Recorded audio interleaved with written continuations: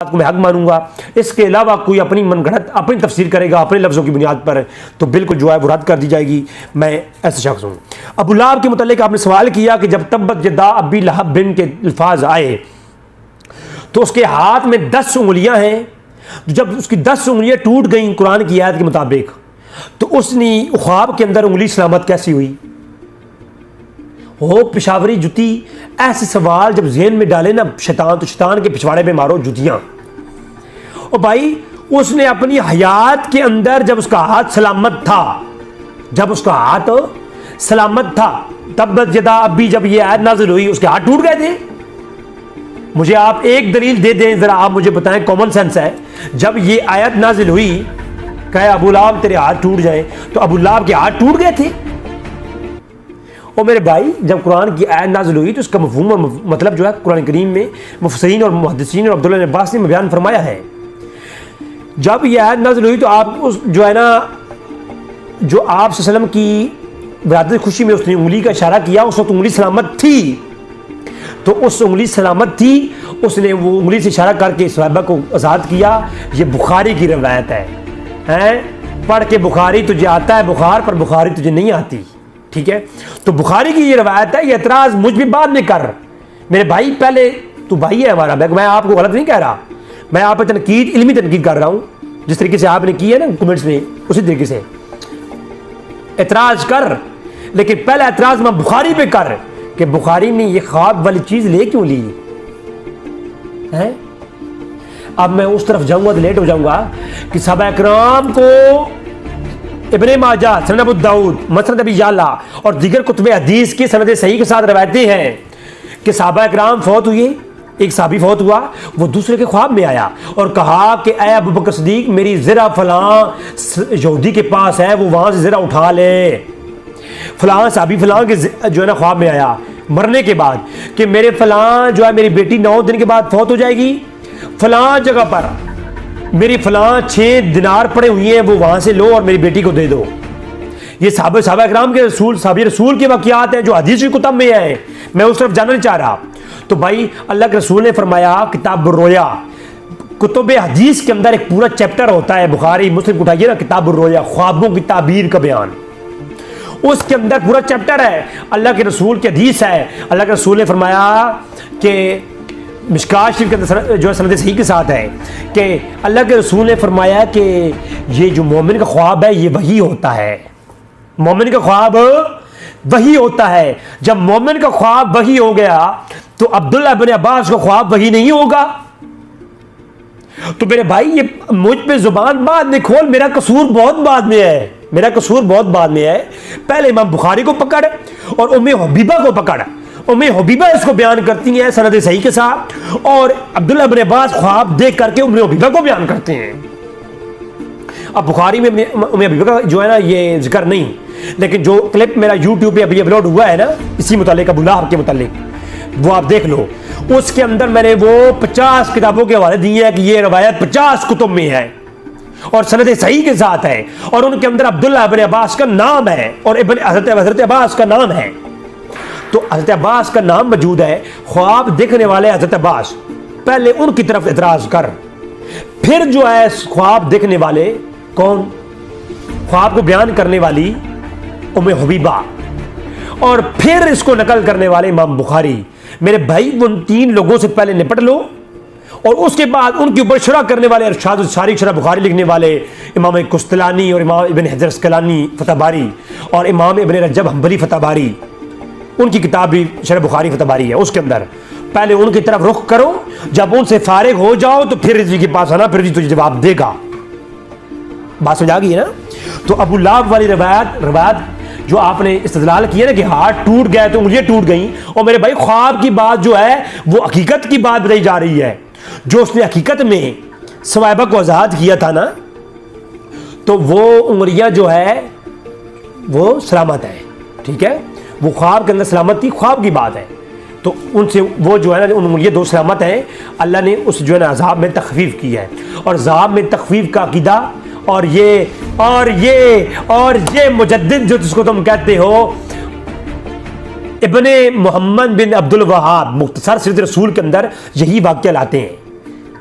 صحیح بخاری کا سویبہ کا، اور یہ لا کر کے کہتے ہیں، یہ لا کر کے کہتے کیا ہے، قال ابن جوزیو، ہائے ہائے ہائے ہائے، اوے یہ ابن عبد الوہاب کہہ رہا ہے، ابن محمد بن عبد الوہاب کہہ رہا ہے، عبداللہ بن محمد بن عبد الوہاب نجدی، یہ ابن عبد الوہاب نجدی کا بیٹا یہ کہہ رہا ہے مختصر سیرت رسول کے اندر، جس کو مجدد کہتے ہو تم لوگ، وہ کہتا ہے یہ روایت بخاری کی لکھنے کے بعد کہتا ہے قال ابن جزیو ہوا کافرون، کہ وہ کافر تھا جو ابو لہب تھا، تو اللہ نے کافر کا بدلہ دیا اس کو اللہ کے رسول کے ساتھ نیکی کرنے کا یا اللہ کے رسول کے ساتھ تعاون کرنے کے اوپر اللہ نے کافر کو بدلہ دیا، تو پھر اس مومن کی شان کیا ہوگی جو اللہ کے رسول کو اللہ کا رسول سمجھ کر کے ملاحظ کرتا ہے۔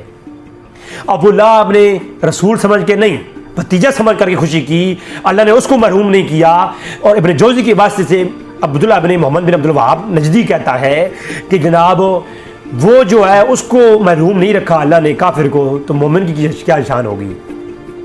تو پہلے بھائی ان کی طرف رخ کر لو، ان سے جواب لو، پھر میری طرف آنا، میں تمہیں جواب دوں گا، ٹھیک ہے۔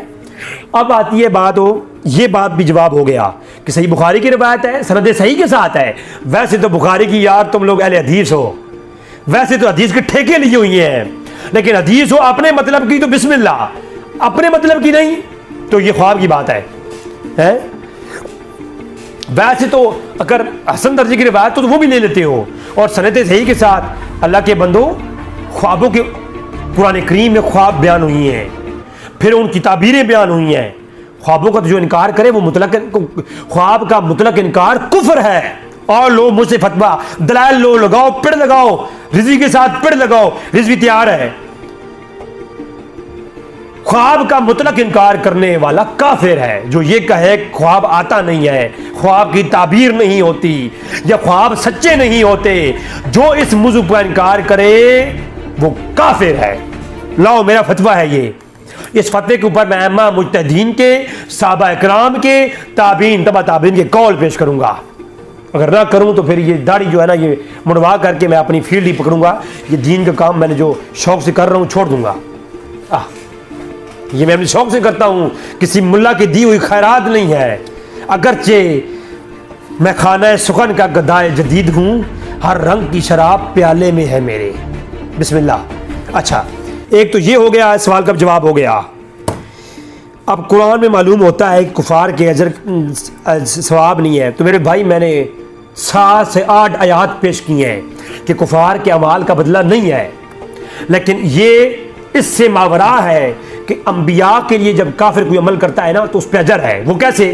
صحیح بخاری کی روایت، علی ایک مرتضیٰ کے والد ابو طالب فوت ہوئے، ٹھیک ہے، تو اللہ کے رسول نے فرمایا ابو طالب جہنم کے نچلے گڑھے میں تھے، تو میں نے ان کو جہنم سے نکال کر کے جہنم کے اوپر پہنچا دیا ہے، اب ان کا عذاب صرف ٹخنوں تک باقی ہے۔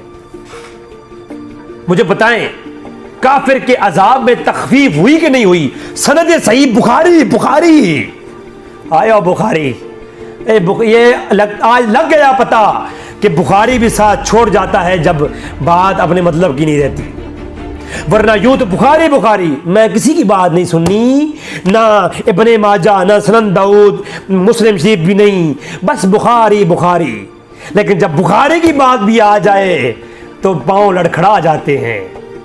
ہائے ہائے ہائے، ایسی باتیں کرنے سے تو باز ہی رہے تو اچھا ہے، یہ راز کی باتیں ہیں، راز ہی رہے تو اچھا ہے۔ یہ کوئی بریلویہ جو بندیہ غیر مقلدیہ کا چورن نہیں، یہ اہل سنت والجماعت سنیت کا یہ عقیدہ ہے، یہ تصدیقی عقیدہ ہے میری جان۔ واٹس ایپ نمبر موجود ہے، کوئی میں گالی دینے والا شخص نہیں، متعصب میں نہیں ہوں۔ آؤ بات کرتے ہیں، بات لگ جائے گا پتہ دلائل کی روشنی میں دنیا میں کیا ہے۔ اچھا آؤ، تو کفار کے اعمال کا بدلہ نہیں، لیکن علماء نے یہ جو فتویٰ دیا ہے یہ حق پر ہے کہ اللہ تبارک تعالیٰ جو انبیاء کے ساتھ تعاون کرے کافر، اللہ اس پہ تخفیف کرتا ہے، اور یقین کریں ایسے کئی واقعات حدیث کے اندر موجود ہیں۔ ایک کافر فقط اتنا کہہ کے فوت ہو گیا کہ اے اللہ میں تیرے محمد عربی کا زمانہ نہیں پایا، تو میں فوت ہو گیا تو مجھے اس پہ میں دل سے یہ تسلیم کرتا ہوں کہ تیرا آخر زمان میں آنے والا ایک نبی ہے. تو پھر وہ اللہ نے اسے بخش دیا. ایک کافر نے اگر تھوڑا تعاون کیا تو اللہ تبارک تعالیٰ نے اس کے لیے اجر رکھا. ابو طالب کی مثال میں نے آپ کے سامنے پیش کی. اگرچہ اس میں علماء کا اختلاف ہے لیکن اہل سنت کے ہاں متفقہ بعض علماء کے جمہور کا یہ عقیدہ ہے کہ ابو طالب مسلمان نہیں ہوئے, انہوں نے اسلام قبول نہیں کیا. اگرچہ اب اہل سنت کے اندر ایک گروہ ہے جو اس کی قائل ہے, لیکن عدم جواز کئی قائلین اہل سنت میں زیادہ ہیں. تو جناب اب مجھے بتائیں, صحیح بخاری میں تو ہے کہ اللہ کے رسول نے فرمایا کہ ابو طالب کے عذاب میں تخفیف ہوئی, وہ جہنم کے نچلے گڑھے میں تھے تو اللہ نے ان کے اوپر لے آیا, میری وجہ سے اللہ نے ان کے عذاب میں تخفیف کر دی. تو ابو لہب کے اندر بھی ہو سکتی ہے, تو اس میں تو کوئی ضروری نہیں ہے. اللہ کے رسول کی وجہ سے اللہ قادر ہے اس کے اوپر. تو وہ دلائل تمام ائمہ نے دیے ہیں اور حدیث میں دلائل موجود ہیں. کوئی بزرگ بھی عالم دین خود سے فتویٰ نہیں دیتا اگر اس پہ دلیل نص موجود نہ ہو. جب اللہ کے رسول کی ایک حدیث آ گئی صحیح بخاری کی, تو یہ کافی ہے فتویٰ دینے کے لیے, یہ فتویٰ دینے کے لیے کافی ہے. اگر جمہور کی رائے کچھ اور بھی ہو تو جواز اس کا بھی موجود ہو گیا. جواز اس کا دیکھیں, صحیح بخاری میں کھڑے ہو کر پیشاب کرنے کی حدیث ہے. آج سب لوگ عمل کرتے ہیں بیٹھ کے پیشاب کرنے کے اوپر.